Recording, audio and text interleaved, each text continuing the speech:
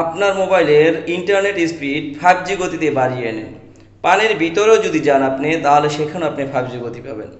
কীভাবে করবেন দেখিয়ে দিচ্ছি। আমার পেজটিকে ফলো দিয়ে রাখুন, চাইলে আপনি শেয়ার দিয়ে অন্যদের দেখার সুযোগ করে দিতে পারেন। যদি আপনি আপনার মোবাইল ফোনের সেটিংসে প্রবেশ করুন, সেটিং করার পরে এখানে সার্চ বার গিয়ে লিখুন পয়েন্ট, দেখেন চলে আসছে এখানে অ্যাক্সেস পয়েন্ট। ক্লিক করার পরে এখানে আপনি প্লাস বাটনে ক্লিক করুন, প্লাস বাটন ক্লিক এখানে নেম সেট করুন, নেম সেট করে লেখেন 8.8.8 ওকে দিন।